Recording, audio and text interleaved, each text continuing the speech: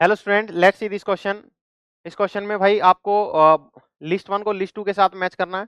Electrode reversible with respect to cathode, reversible with respect to anode, redox electrode, reference. Basically इस सवाल को solve करने के लिए आपको टाइप्स ऑफ इलेक्ट्रोड के बारे में पता होना चाहिए। किसके बारे में पता होना चाहिए? टाइप्स ऑफ इलेक्ट्रोड्स के टाइप्स। हालांकि ये स्टेट इंफॉर्मेशन बेस्ड क्वेश्चन है, तो अगर इंफॉर्मेशन पता है तो हम कर पाएंगे। Electrode with reversible with respect to cation, cation के रेस्पेक्ट में रिवर्सिबल इलेक्ट्रोड जो होगा जिसमें मेटल मेटल आयन इलेक्ट्रोड होते हैं। कौन कौन से? Metal metal ion, metal metal ion electrode. इसमें मेटल मेटल आयन इलेक्ट्रोड कौन सा है भाई? Metal metal ion. ये एजी और सॉल्यूशन AgNA में है, तो इसका मतलब ये याद रखना है अपने को। मेटल मेटल आयन इलेक्ट्रोड ए इसके साथ में एस के साथ में कनेक्ट है। ए एस के साथ में किसके साथ कनेक्ट है भाई? ए क्यू के साथ में कनेक्ट है, गलत हो गया। ए आर के साथ में गलत हो गया। ए पी के साथ में गलत हो गया। तो ए की इंफॉर्मेशन से अपने को पता चल गया option A is the right choice.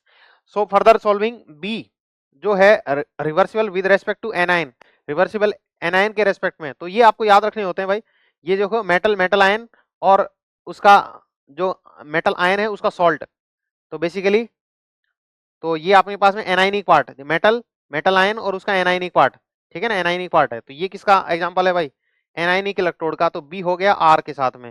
Redox electrode, redox इसमें रिडक्शन ऑक्सीडेशन हो रहा हो इलेक्ट्रोड का ही, तो ये हो गया भाई। इसमें देखो ये +2 में है, ये +3 में है, तो दोनों का ऑक्सीडेशन नंबर अलग है। एक ही आपके पास में मेटल है, तो रिडॉक्स इलेक्ट्रोड है, ये आ जाएगा पी के साथ में। और रेफरेंस इलेक्ट्रोड आपको पता है हाइड्रोजन एक स्टैंडर्ड इलेक्ट्रोड की तरह काम करता है, जिसमें हाइड्रोजन की कंसेंट्रेशन एक एक मोलैरिटी होनी चाहिए। एक्टिविटी लिखा हुआ है, ठीक है ना। अगर प्रेशर की टर्म में दे रखा तो यहाँ कंसंट्रेशन की टर्म में दे रखा है, तो ये एक एक्टिविटी लिख दो, चाहे इसको कंसंट्रेशन लिख दो। एक मोलैरिटी की होनी चाहिए और प्रेशर होना चाहिए कितना? एक बार प्रेशर होना चाहिए। तो ये रेफरेंस इलेक्ट्रोड की तरह काम करता है।